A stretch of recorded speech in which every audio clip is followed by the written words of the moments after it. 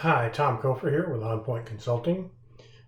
Very excited today to be able to be sharing information about individual recorded learning sessions from our highly successful free OnPoint Sage 300 web conference, attended by Sage 300 users from all over the country. During the time, we had 10 great webinar learning sessions that were over 2 days, extremely well attended, and just wanted to pass those on to you as part of our continuing commitment to Sage 300 users and you, our customers. The particular session that I'm introducing today is all around tracking COVID costs and how those impact real-time AR collections and financial forecasting best practices with all the issues around COVID, and how do we set our Sage 300 system up for success in order to be able to track that. This session really drills into some great business processes and techniques and tools around COVID cost and job cost. AR collection has a great piece on job cash backlog during this critical time, and then financial forecasting and a lot more. Um, we're able to deliver this successful webinar series because of our deep pool of very experienced senior Sage 300 consultants, trainers, software developers, custom report developers, and alliances with other organizations that have the same vision that we do. In addition to our support training and consulting services, we also provide Sage 300 CR customers with optimization and business process review services to help our Sage customers determine if Sage is going to continue to work for them, or if it may be able to be enhanced and extended for several years, or if you're at that place where it needs to be replaced. We've helped hundreds of Sage 300 CRE users over the past 30 years, and we're here to help you really gain the maximum use of your software and extend the life of your investment. Bottom line is we're here to help. And if you find this video helpful, please like or share us on Facebook or LinkedIn. Find us also at onpoint-software.com. Let us know if we can help, and thank you. We hope you enjoy the session with our compliments, and stay well, friends. All right, well, welcome to our webinar here. My name is Bruce Vanderzijde. I'm the president of Antera, and we've been doing construction business intelligence for 10 years and really have the most mature product out there, and we're pre-built for construction. And so we do financial and construction reporting, and key to us is we take the Sage database and pull it into a normalized reporting database, and then we put a cube on top of it, which means we can trend anything. Well, our clients, we have clients in Canada, US, and Australia, and my goodness, this is an uncertain time, and nobody knows how to handle it. And with uncertainty comes fear, right? And the great unknown. So we're putting together a COVID reporting, well, survival kit or toolkit, depending on your perspective about how to get through COVID. And today we're going to cover those components that we can help clients with. So now you have the tools you need in Sage 300.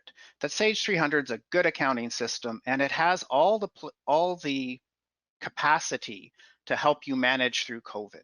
This is our agenda today, and it's all done through Sage 300, and some of it's done on top of our in our BI system. But of course, you can just use Sage 300 and get through this. So we're going to go through each of those topics in managing costs and collections.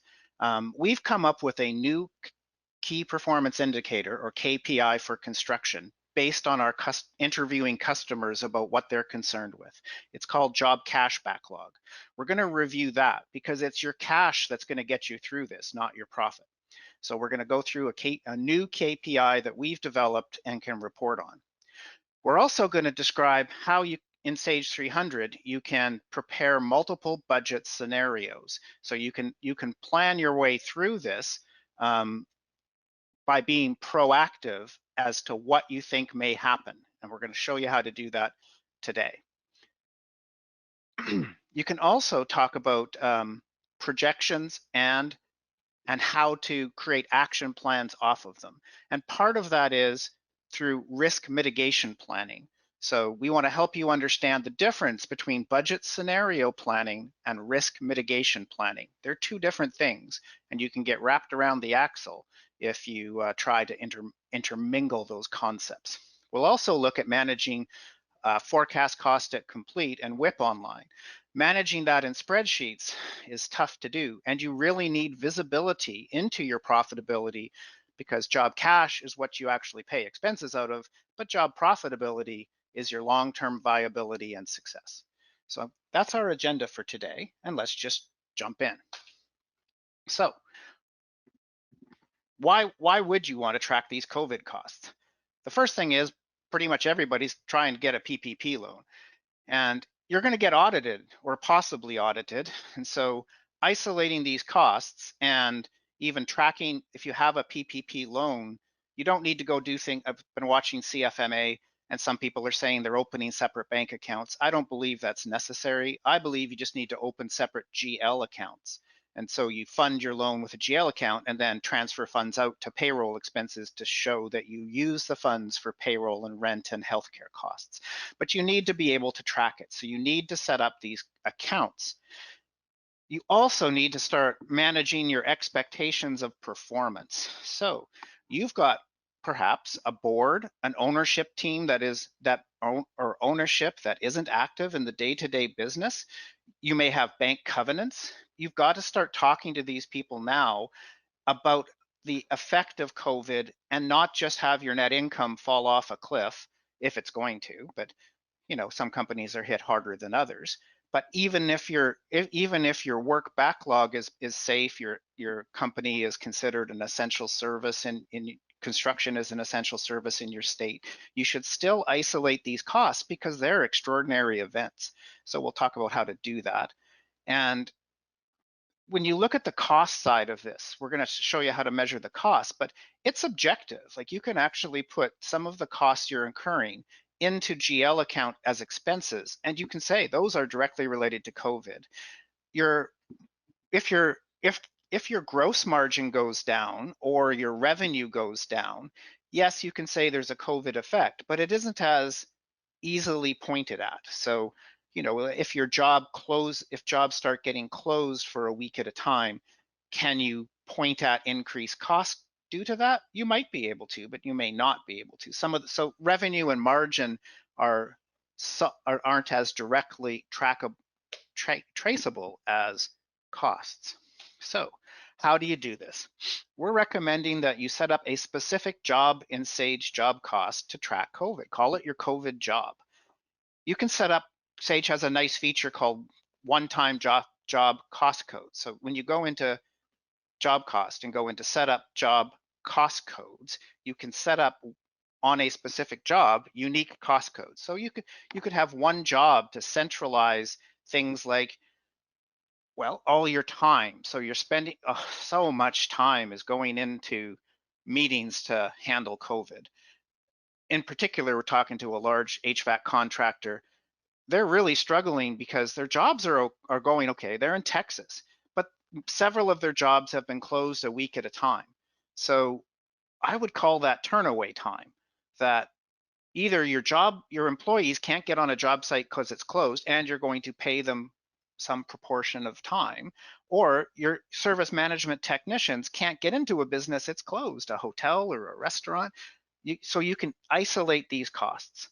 You'll also have the time that people just can't do anything. You'll have sick time. You'll have healthcare costs for furloughed employees. You're going to have all of these costs. I'm sorry, that's going to come up in GL, better in GL, but for hourly employees, that might apply here.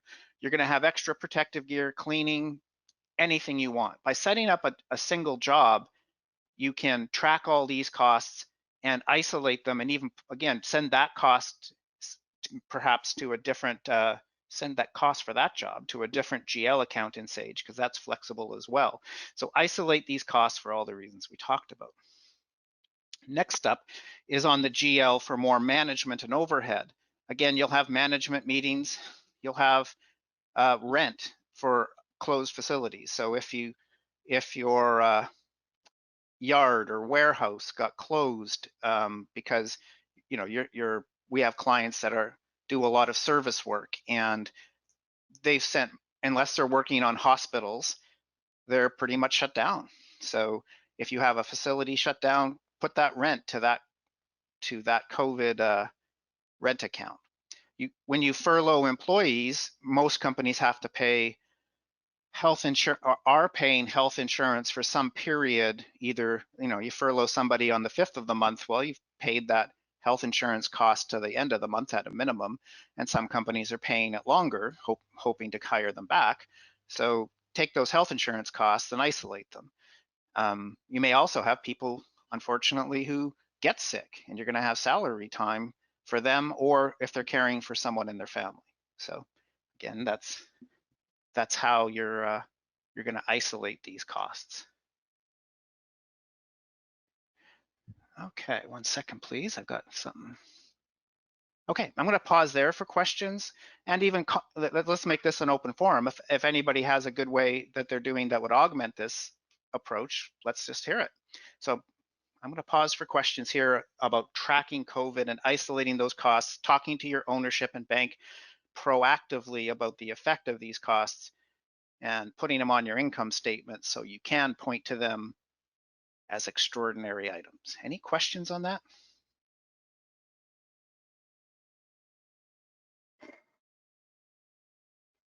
There doesn't seem to be any questions at this time.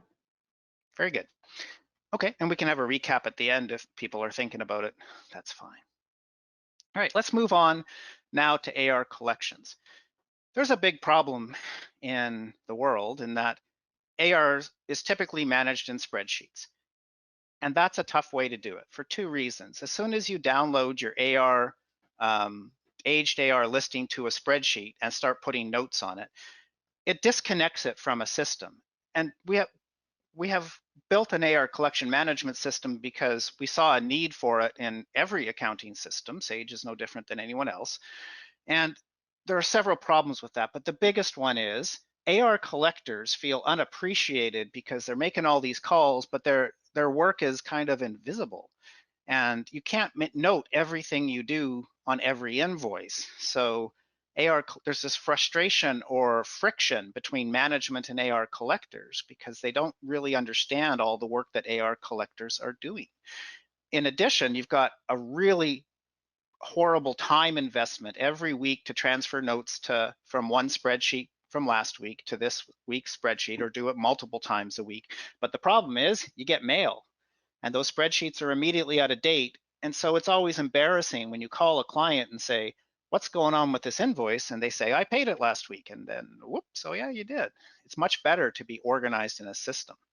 So collection status also requires a bunch of meetings and phone calls. So today, especially, the CFO of your company is losing sleep because collections have slowed down, right? No matter what, because cash flow is slowing for many companies, they're having to pay their contractors and suppliers, and they're slowing it down. They just don't have the cash because they're trying to keep people employed and staff together. So things are just slowing down. So without a central system to track it, the CFO is calling people all the time saying, what's happening on this large invoice? And it's just really inefficient to have meetings to talk about AR collections and phone calls from salespeople who may be getting commissions on invoices that are paid. Stop all that hassle. So I'm going to go over and show you our AR collection system. So very briefly, our software connects to Sage 300. We have dashboards that can measure virtually anything, but it comes with best practices. So we build best practices in, and then we can build grids. So I'm going to go to our AR aging grid.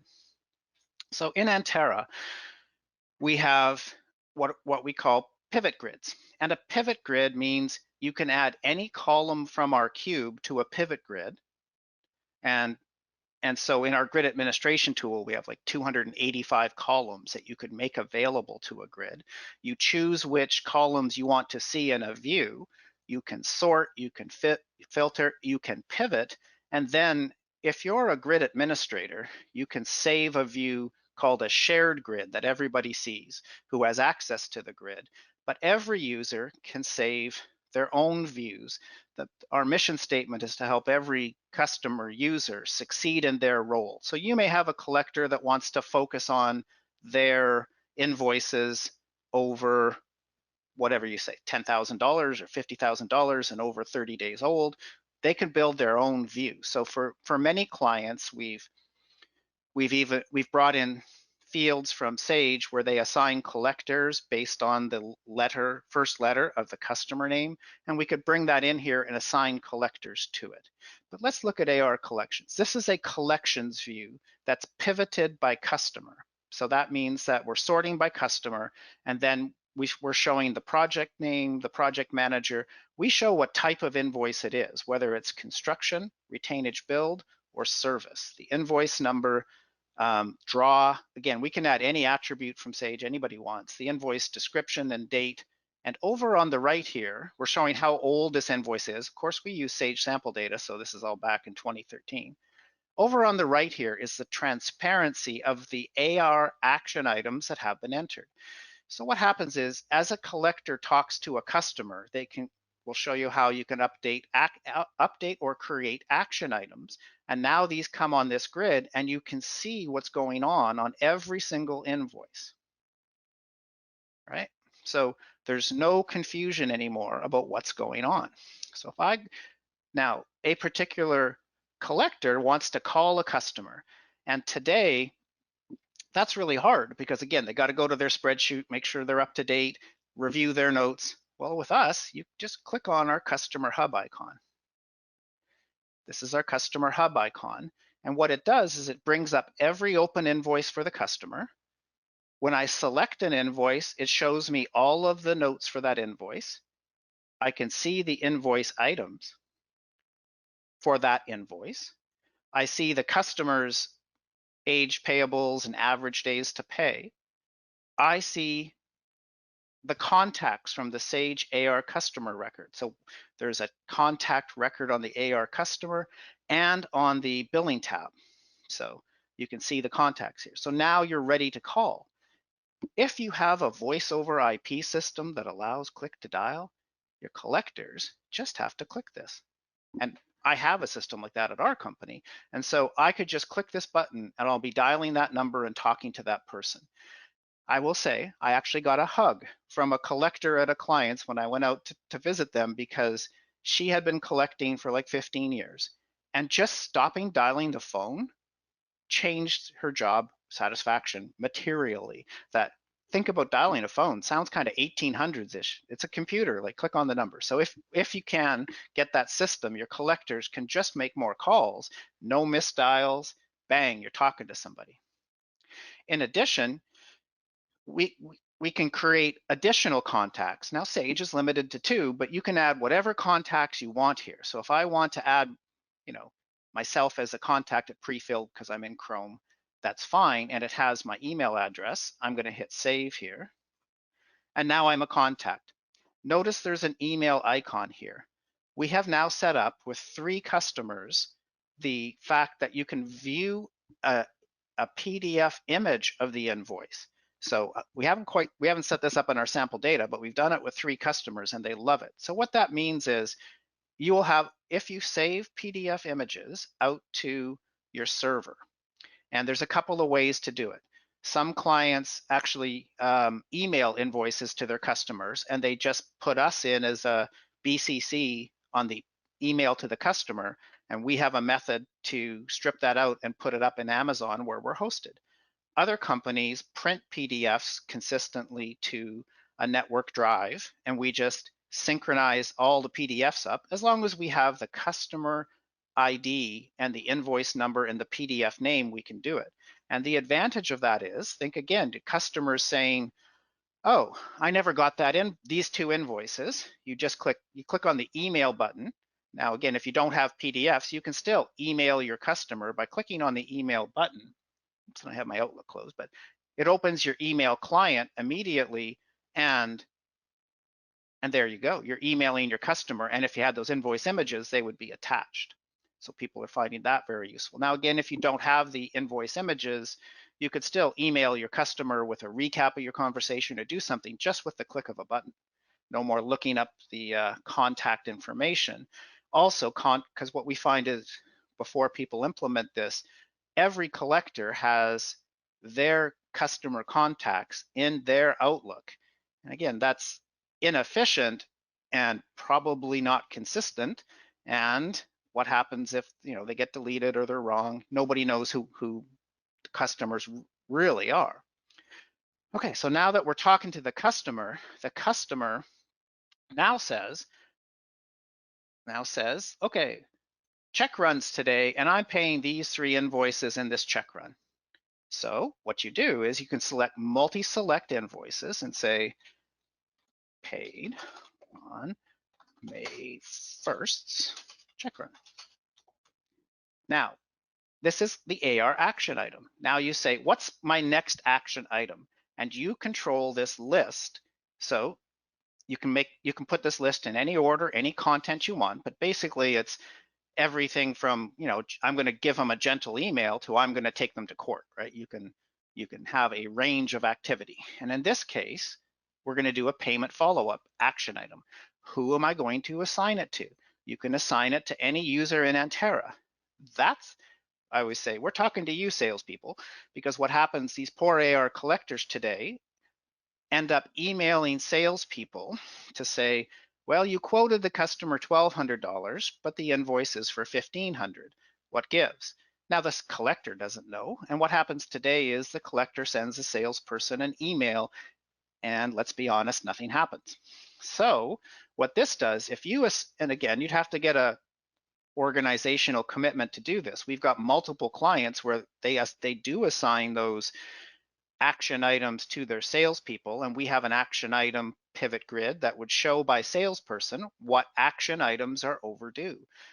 And this is really good because now your sales management team can hold salespeople accountable, because you're not getting paid till that client's question gets answered, right? And especially with cash being so important now, you have to resolve invoice issues. I'm going to give you a very quick, interesting aside. We in February, we've been looking at artificial intelligence for accounts receivable, because it's a great candidate for that, where you look at a customer's payment history by invoice size, and of course larger invoices take longer to pay because they go through more approval. In machine learning and artificial intelligence, you feed in variables, and then the machine will figure out correlations and predict when each invoice will get paid based on its type, based on the customer, based on the size, based on other criteria. Well, what you do with AI is you say, okay, what are my invoices outstanding for this customer at December 31st, and what do you predict for January? You take that information and then you say, oh, well, we have January's data. What happened? How accurate was our prediction? And so that's really good, because now you can see what your artificial intelligence model is going to predict and actually measure it against it, and that's called a feedback loop. Well, we were passing in the variables, but we were only about 84% accurate month to month when we were looking back and trying to create feedback loops. Then we took a client's data that was using AR collections and fed in the number of follow-ups it had, and basically if it was followed up. The number one way that invoices get paid is if they're followed up. Now that may not be rocket science, but I'm saying we can mathematically prove and statistically prove that when you follow up your invoices, you're going to get paid faster, because you're going to solve any invoice questions. You invoice somebody and they don't pay. You call and they say, oh, well, that entity is tax exempt. Well, you didn't know that. So now you get the tax exempt certificate, take off the tax, and off you go. But if you don't call, you're not going to get paid. Some of our clients tell us that they have customers that will not pay invoices until they're called as a business model. Geez, but still, call, right? So the more calls your collectors make, the fact that they're tracked, and the fact that you're going to follow up on a timely basis and your collectors make more calls will get you paid faster. the next version of our software is adding a very important new feature, probably based on COVID. We're adding a feature here. When you multi-select, you will be able to add the payment promise date. Because today, that's what's happening, is people are not following their normal 30 or 45-day payment cycles. They're managing their cash much closer and releasing paying invoices, call it, on a cycle, and they choose when to pay each invoice. So what we've done, and it's in our QA software right now, ready to go to prod probably next week. You'll when you select these 3 invoices, you'd say my payment promise date is, and you can set it up, say, for next Wednesday, because you should have it by then. Now, back to our AR grid, we're going to say days from promise date. So now you can even isolate the cash that you're promised to be paid. Again, this COVID challenge, cash is king. Focus on your cash, because you need to know when you're going to get paid. So now that we've got this note on, we're going to apply that note and either create a new action item with a due date if one doesn't exist, or we'll add a note to an existing AR action item all at once. So now when I hit save and close, that's what it's doing. It's creating those action items. All right, so now when you come through here, you're going to see the updated action item and who it's assigned to. And again, you can hold your salespeople accountable if they're the ones that are holding up payment. So it comes back to this grid, and now this grid again, you can build as many views as you want. If you want a view by customer, if you want a view by project, here it is. So again, you can take salesperson, you can have a view of AR any way you like, and we've got this really cool thing with pivot tables that we can collapse them. So this creates a view where it's 1 line per invoice, or sorry, 1 line per whatever you've pivoted. So now we've got a very concise report that you can drill into each job and see its invoices that you can run anytime, and you can save that as a shared view. So next up is, because of this report, you can use filters. So let's go find out what keeps your CFO sleepless at night. And you guys can set this up however you like, but what keeps a CFO sleepless at night, or your AR collector, of course they care, is that they care about invoices that are, sorry, this is a filter. We want to know what invoices are over 75 days old. That. Oh, sorry, I did the other, sorry. Haven't had enough coffee. You want to do it that are over $75,000 and over 60 days old and have not been followed up. So there's no action item last update. So you've got no follow-up on invoices that are $75,000 and 60 days old. Again, those invoices aren't going to get paid till you follow up, and you've got X amount of AR at risk. Now we go say, well, how else do we help the AR collectors? And that is, all of these action items are created automatically for the collector. They're also closed automatically when the invoice is paid, so that the collector, and we send an email to the collector to say these items were closed today. Now we want to go and look at a pivot grid, or let's do a calendar first. Each collector can come in and see the action items that they've scheduled for themselves. So the idea is, it's like a CRM with activities where you say, okay, I'm following up. I should be following up on these 3 items on Friday. I should be following up on, I think our sample data is a little back, but you can see that each action item appears on its due date on a calendar. You can look at that action item by days, so you'll see all the action items, and you can open them from here, or you can look at it as an agenda view where you'll see all the action items that you set up for yourself for a day. The goal of that, of course, was to get you out of spreadsheets so you can make more calls, because your day's organized. You know what you wanted to follow up, and again, your prompt customer follow-up means your customers will know you're on top of your game. So let's get on top of your game. All right, and we do have a pivot grid here as well. So by by user or by action item type. We put Procore action items in here as well. If you have Procore, you could pull in here and see everything due for Procore as well as your AR action items types. Of course, if you're just using AR collections, you just see your AR action items by person here. Okay, I'm going to pause here again for questions. That's an overview of AR collections and how to get out of spreadsheets and how to report on what's going on with AR. So I'll pause here again for questions. If you could unmute everyone, Laurie, or ask, are there any questions that have arisen?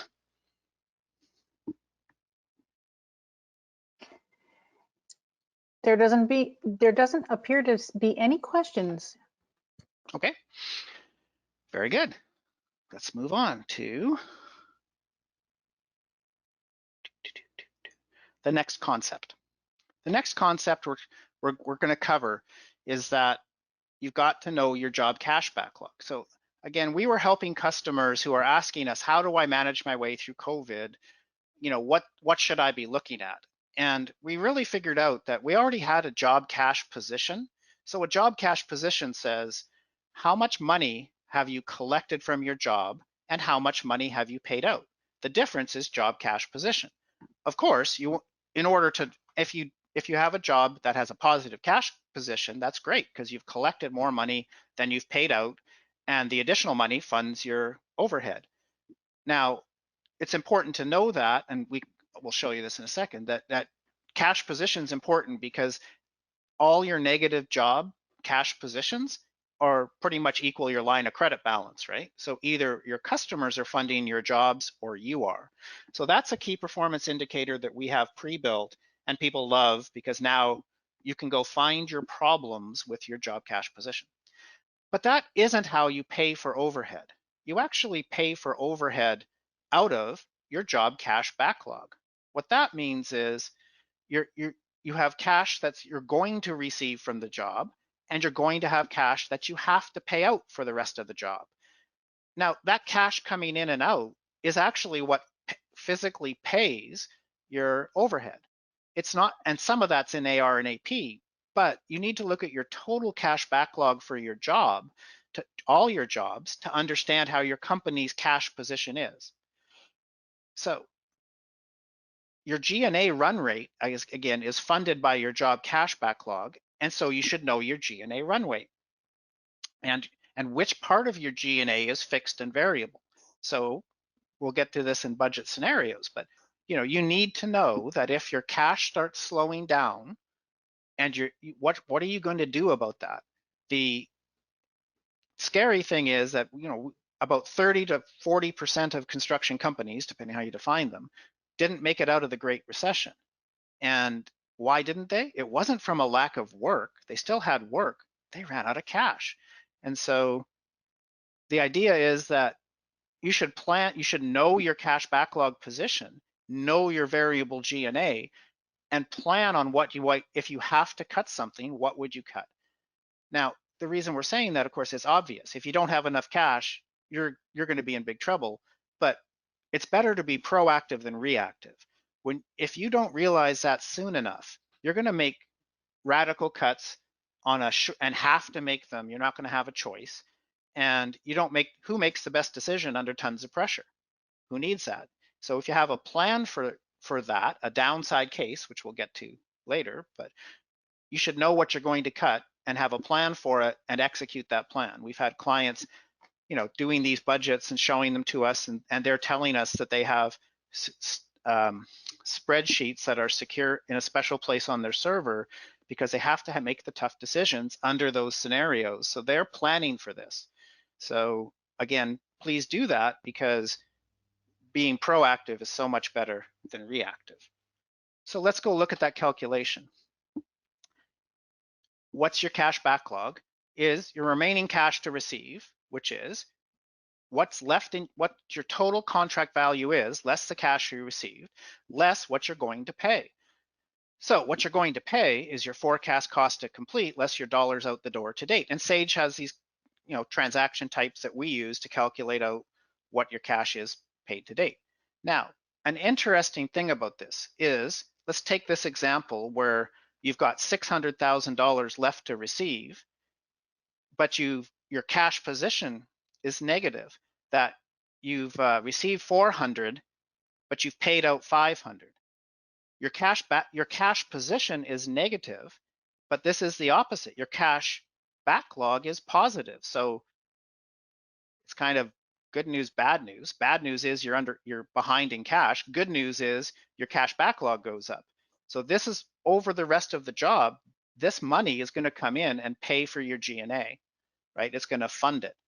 So a negative cash position is actually a positive cash backlog.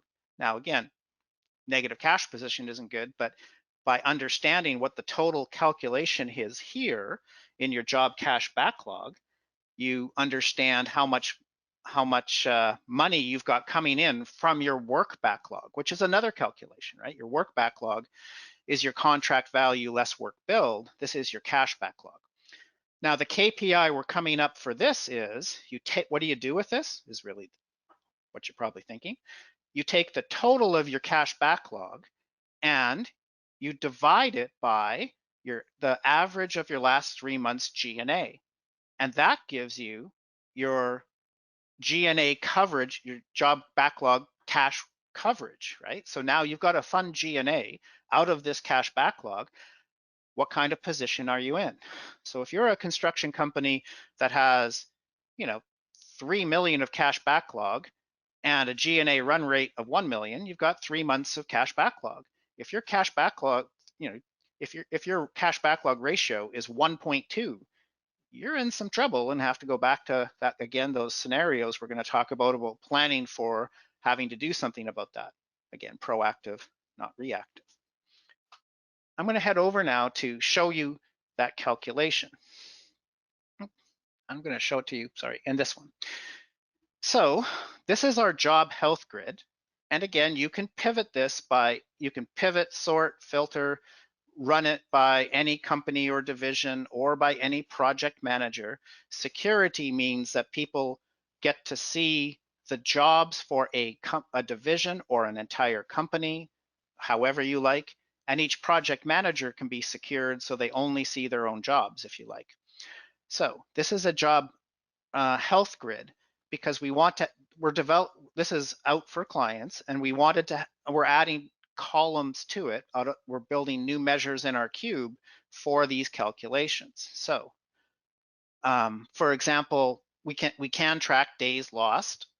We've got a way of doing that, but we also want to track for you your days since your last, and again, our sample Sage data is way behind, but you would want to know how many days since it was since your last payroll cost. How many days has it been since your last AR invoice? Again, whole nother discussion around cash management. We'll show you in a second a job cash position grid. When we implement job cash position grids at customers, invariably we find that 1 or 2 project managers are always negative in cash position. The root cause of that most often is not getting invoices out the door. Back to AR collections. You can't collect on an AR invoice that hasn't been sent. People don't pay you. So get those invoices out the door, and this is going to help you track how many days it's been since it was last invoiced. All right, and what's your last job cost date? Now we're going to come over here. Again, we've got all of these. We'll get to online WIP later for earned profit, which again, key performance measurement. But here we have remaining cash to receive, cash paid out, remaining cash to pay, which is forecast cost to complete minus your dollars paid. Your cash paid out is these different types of transactions in Sage, your direct costs, payroll costs, SM, IV, EQ, dollars paid. So all those different transactions can build up cash paid out, and your job cash backlog is simply remaining cash to receive minus remaining cash to pay. We take it one step further, which is because you have retainage on your job, we deduct 10% of your contract value because that's going to be held back in retainage. So again, this company is going to might be in some trouble because without taking off the retainage, their cash backlog is really low. So that's how we're calculating and showing people their cash backlog. Now we're going to go over to Let me go back to, actually, let's go back here. Let's go back to our widgets.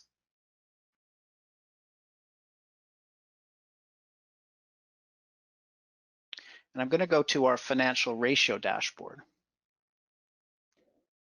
So we can trend anything out of your GL, anything, anything, anything, and everything drills to transactions. You can build any calculation you want, and best practices, you can build all the ratios you've ever wanted and trend and drill through them to make you, a more professional organization and get you the information you need.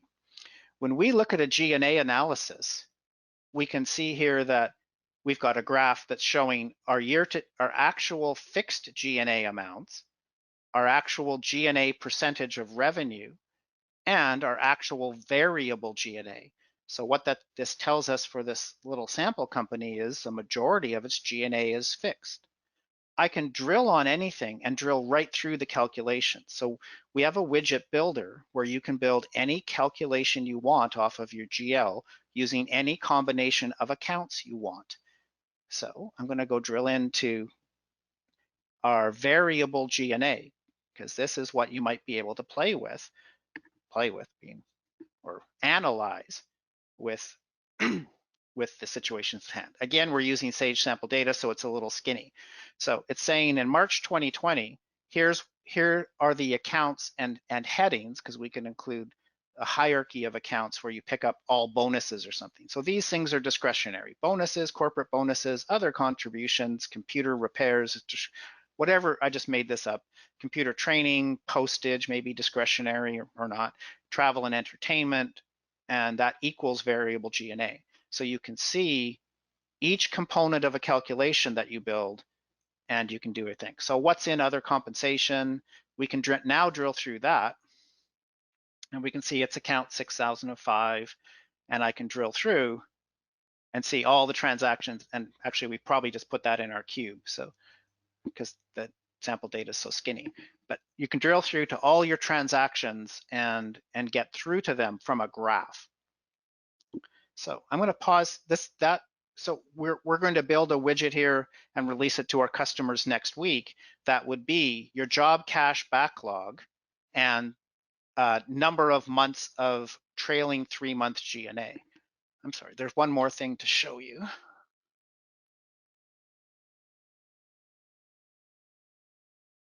But wait, there's more, as we say. We have 2 formats of financial statements. This is an income statement analyzer. And so what you can see here is revenue, direct cost, again, drill all the way to transactions, but we're giving you the average 3 months of revenue, Gna, other expenses, and everything expands and drills.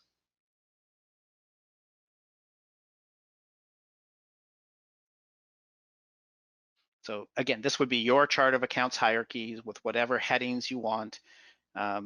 Put in whatever you want. But we're going to build that widget to be your cash backlog, and then using this number to figure out the coverage of your average trailing 3 months. And the reason we're picking 3 and not 12 is 3 months is just more relevant because you might have already started making changes to your Gna.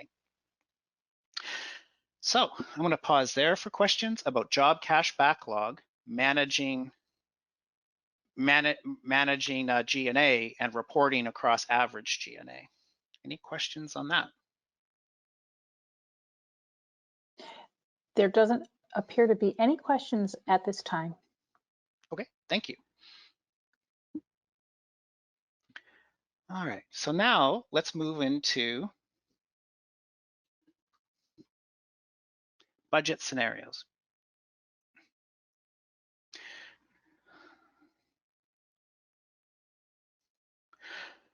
Okay. I want everybody to feel that you don't have to do any of this. You need to do what's relevant to your company. And so I hope I'm not saying that you have to do this. I'm saying that each of these tools you would assess and say, do I need to do this? Does it make sense to do this? And in some combination, I hope that you can get help in your thinking and help with what you might do. So budget scenarios. If you look at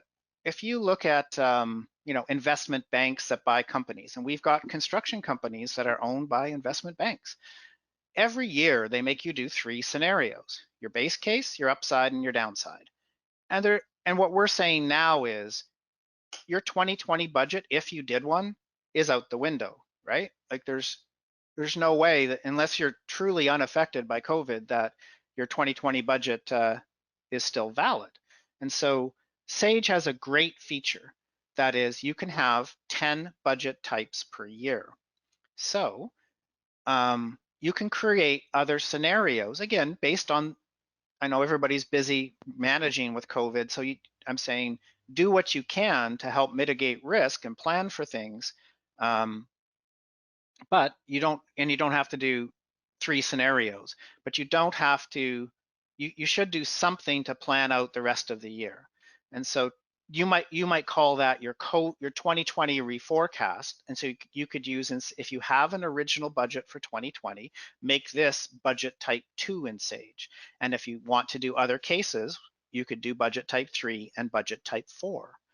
Now, the point of these cases isn't to tie yourself in knots. So let's go look at one of these cases. And so here is, actually, I'm going to do this in a PDF. So I explained it in a PDF. Let me just pull that up. This same report in a PDF. So what we're saying here is, and I can zoom in a bit, up to the top.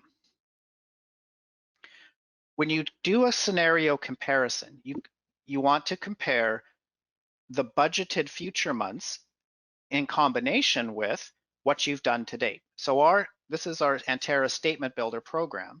And what we're doing here is saying, for your last close months, here are your results on any income statement format you want. An income statement to us is a combination of a row set, which can be any level of detail you want, 1 line for the revenue, 10 lines for revenue, whatever.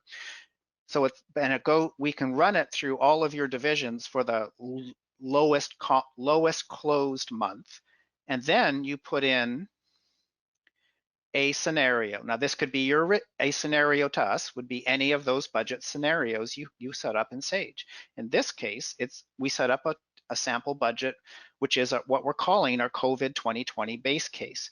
Now, again, what you can do is you can take your 2020 original budget, and you only have to go from April, or if you're close April fast, you only have to go from May, and you only have to adjust your revenue and expenses to go up or down. What I mean by that is we're going to talk about risk mitigation.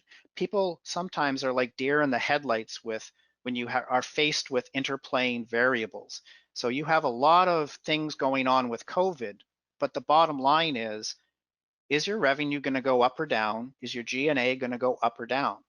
All the things that interplay, don't get worried about saying, well, if construction is an essential service, or if my material supply chain gets interrupted, or whatever. I mean, just your revenue goes up or down, your expenses go up or down. What causes that? You want to assess how much overall you want to do, but to isolate individual risks is very difficult in budgeting, and then you never get it done. So what I'm recommending is just plan for increased or decreased revenue, and then how much is in your base case is simply your best guess. What do you feel? Like what do you think is going to happen? Knowing your company, your customers, what's going on in your state for quarantines, and is construction an essential service? Home building is and sometimes isn't. I think Colorado got closed down for a while. New Jersey, Pennsylvania got closed down.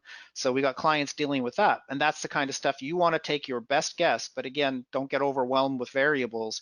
Your revenue is going to, in your base case, say what you feel is going to happen to your revenue and expenses. We're going to take those numbers by month, and we're going to add them. We're going to put them in through December and add them to your actual results to the end of month, to the end of the last closed month, and that's what you're going. That's your projection on your base case, right?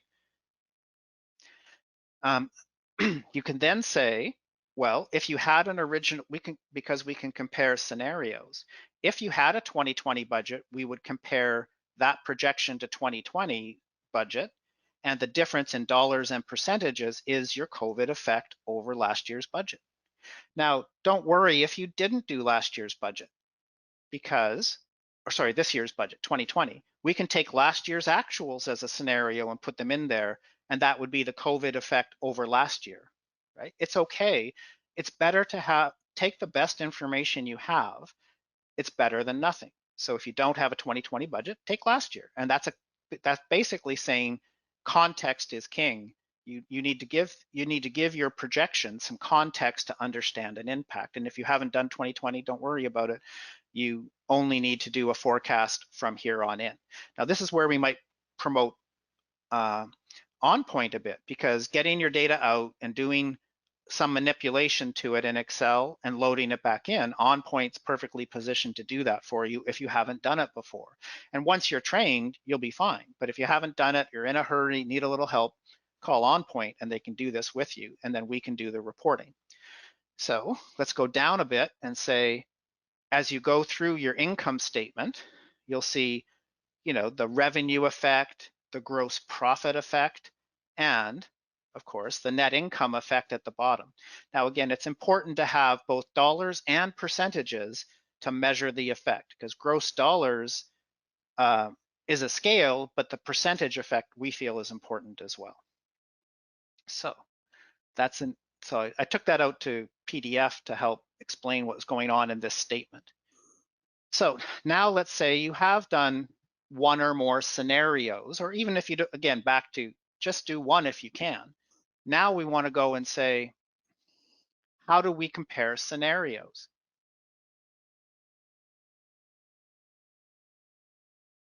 And this is how we do it. What you now want to do is take your scenarios, and again, if you haven't done this, don't worry. What we can do is say, instead of, if you haven't done a 2020 budget, we'll put your 2019 actuals in here, and we could say then, let's say you did do a budget for 2020. Again, actuals would come in if you didn't. So here you've got your actuals to the end of March. Oh, sorry, end of April in this case, because we're fast. You've got in columns here, you've got your original 2020 budget. What would your 2020 look like if you took your actuals plus your remaining months of budget? What would your year look like if we took your actuals plus your COVID base case, your upside and your downside individually in columns? So this is basically aligning a comparison of what you think the effect of COVID under different scenarios, all the way down to net income and percentages. So, you look at what you've done so far in the year. If you've got 4 million of income, in your worst case scenario in this company, you're still making money, but you're actually going underwater for the rest of the year.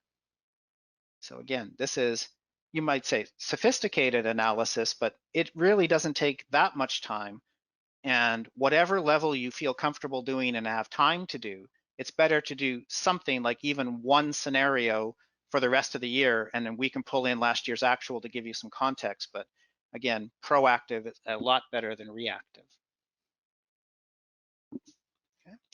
And I'm going to pause here for questions, because now we've covered budget scenarios and in GL using Sage, and hopefully that's helped people understand what they can do. Any questions there, Lori or Barkley? I think you must be doing a fabulous job, because there are no questions. Or I put everybody to sleep. Well, thank you all. I hope I'm doing okay here for you. Okay, let's go on to the next topic. I'm going to go back to PowerPoint. Everybody hates it, but I got to just show a little bit more PowerPoint.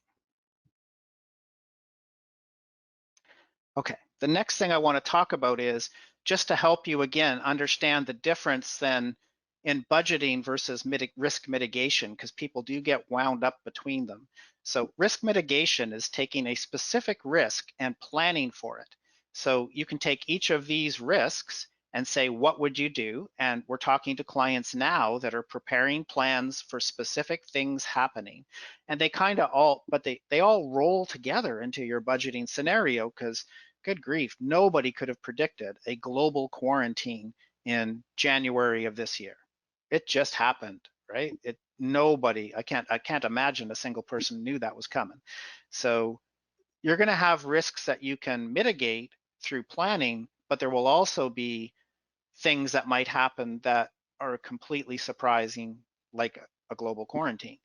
However, for what you know and what might happen, you might plan now for that. Again, some of your projects might not happen if they were directed at retail or hotels, right? Those companies may postpone those projects or cancel them. The risk we're hearing about is concern about, new projects getting out for tender and fewer of them, which means this might affect, you might put this in your downside scenario, that the number of projects you're going to win might go down and the margin you get on them might go down because your competitors may be buying work to keep the band together, right? They want to keep their core team together. They may buy some work to get through this. Good news today was they say maybe there's a vaccine in January. That's not that far off. If that happens, I'm an optimist, but again, that's the difference between scenarios, which basically say just plan for revenue up, revenue down, and specific risk mitigation, which is what do we do? And again, I talked to a CFO of a very large HVAC company that's really struggling with job site closures. They've had like 6 of them close for a week each.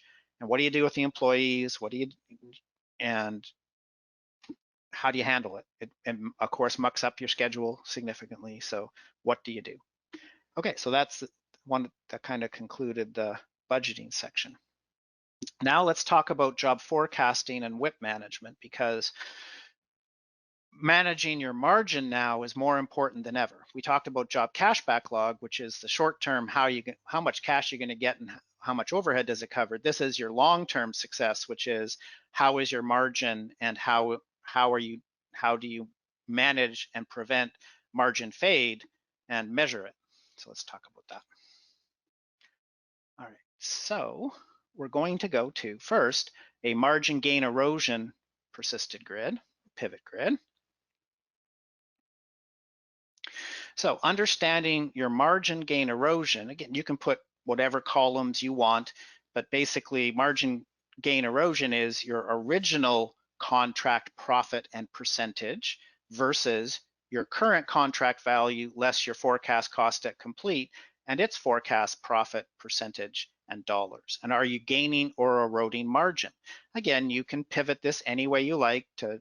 In this case, it's by division and project manager, and you can drill all the way to transactions, and you can collapse. So if you want to report by division first and then drill into project managers, or you want project managers first, have at it. And then create, this is basically a giant report writer for non-technical people. So you can add and remove columns, you can sort, filter, pivot. And if you do want, like Excel, which people still do, Excel's great to do further analysis. When we send stuff out to Excel, we send the pivot table with it.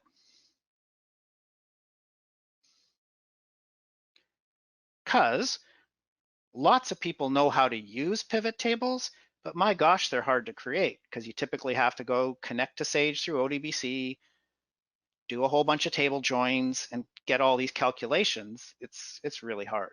So we send you the pivot table that you just built, plus we send you all the raw data so you can do whatever you like in Excel for further analysis. So now let's talk about job forecast cost at complete. What we do is we say, okay, let's work on a default formula for your company because our goal is to not have to forecast. And so a default forecast cost at complete might be take the higher of your revised estimate, your revised commitment, or your cost to date, because as an automated forecast, one of those 3 things is going to happen, right? And then your project managers only have to forecast what's off plan from that. So what we did is we built a job forecasting hub to help project managers forecast. Now, I'll be candid and say a lot of companies struggle with getting their project managers to do forecasts. And in that case, the finance team doing WIP and the operations team building projects are on like two islands, and there's no bridge in between them. So by making forecasts simpler, not having to forecast as much, and then not having to forecast in as much detail, you can have a system that your project managers will do, and you can hold them accountable. What we did is we interviewed project managers who said we're actually doing forecasting in spreadsheets, and we sat down with them and they had a spreadsheet open and they had a calculator on their desk to help them with the spreadsheet. You don't have to be a computer whiz to be a project manager. Managing a project is a skill set that is really important, but doesn't mean you have to have great computer skills. So what we did is we said, well, first off, you shouldn't have to forecast everything at the most detail level. Jobs are like t-shirts or pizzas, small, medium, and large. So our clients have policies like if a job's under, and you can fill in the blanks if for your company, if our job is under $20,000 and under 7 weeks, we can just forecast the whole job, one number, forecast cost to complete. If our job is under 50,000 and under 3 months, we'll forecast at the cost type level, labor, material, subcontract. And if it's over that, we'll do a detailed forecast. Again, that's the whole point of that is forecast at whatever you define as the appropriate level.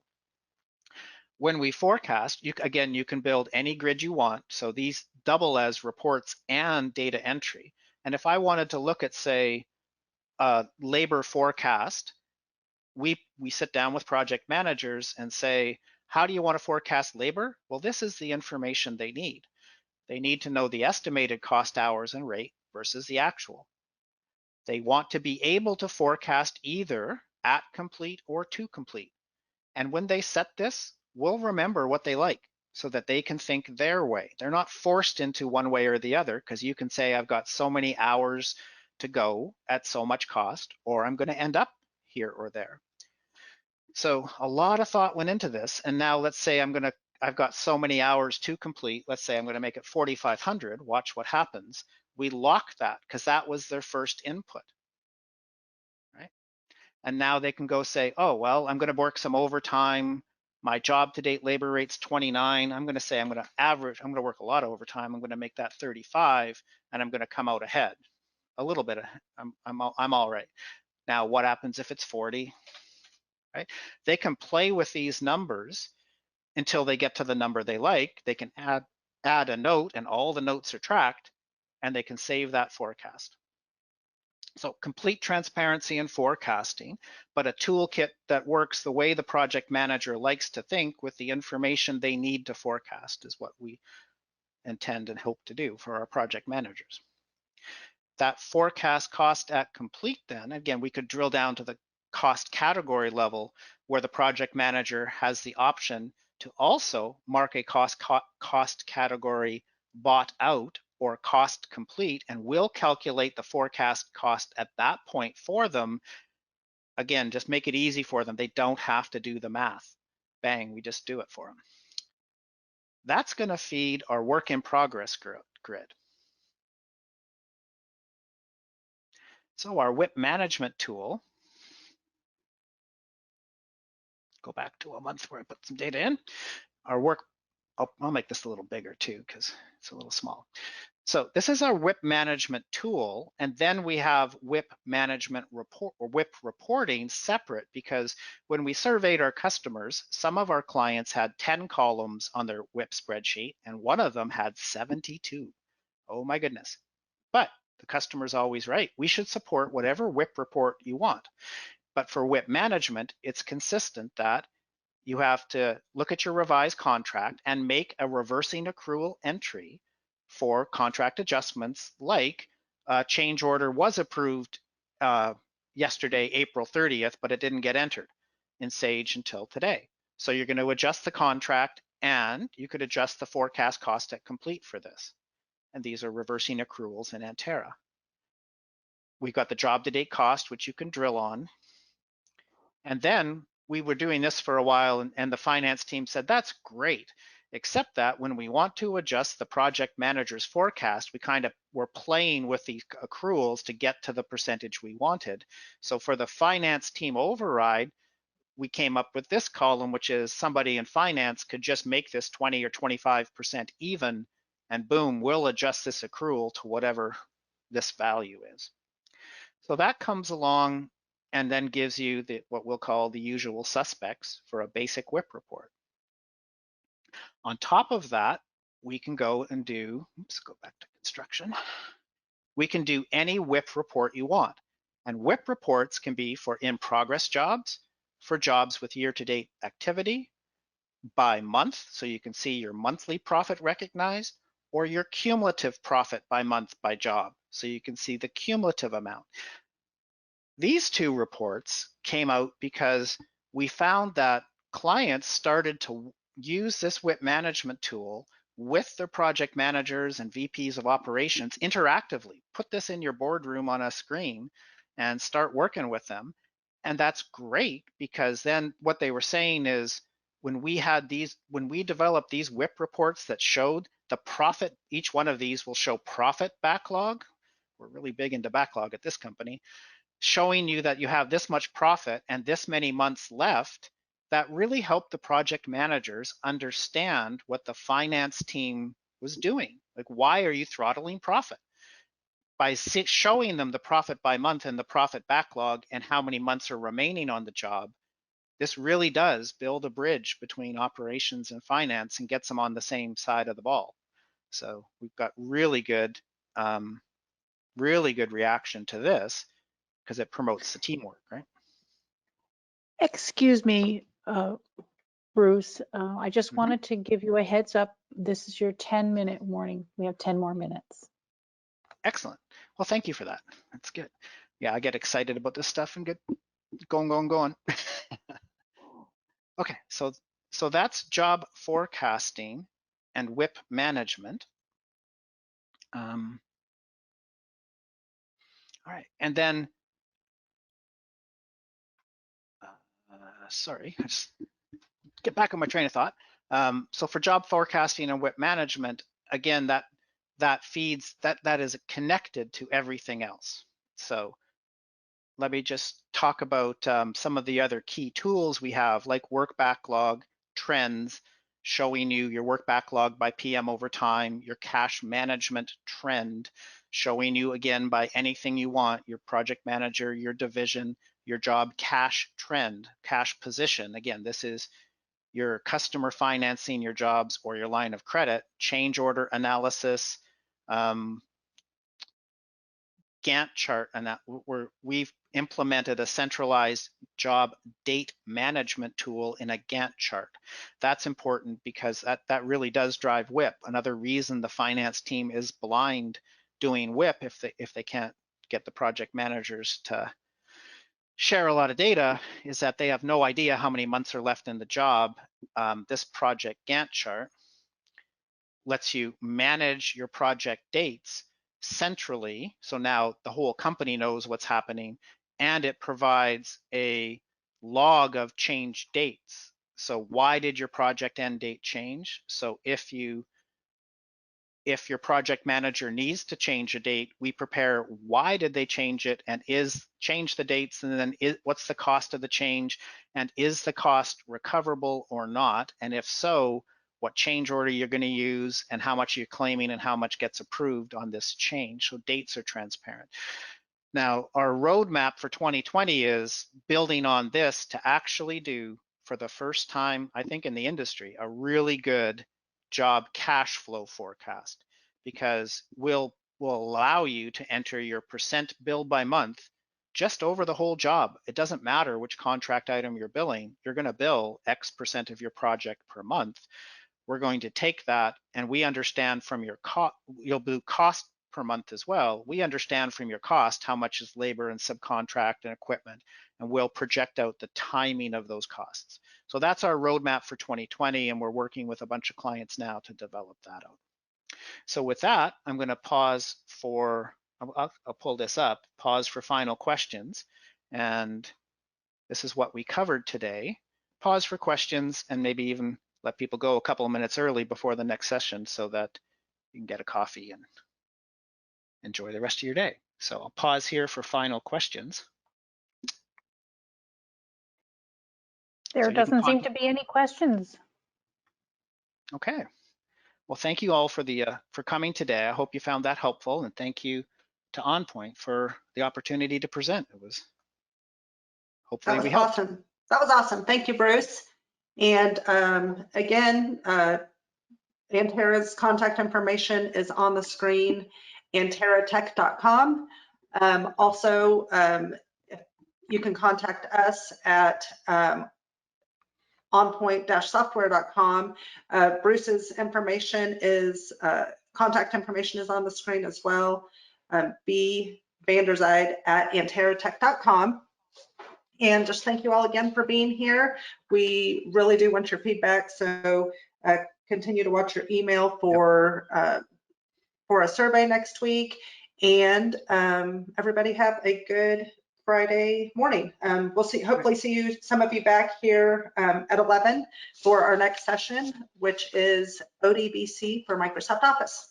All right, thanks. And may I just mention one thing, because I'm a bad demo guy, is that we are putting some specials on our software through this COVID period, just to help people, get into just AR collections or just finance. We can start with the functions you want to use. So we're trying to help clients that way too. So thank you very much. Awesome.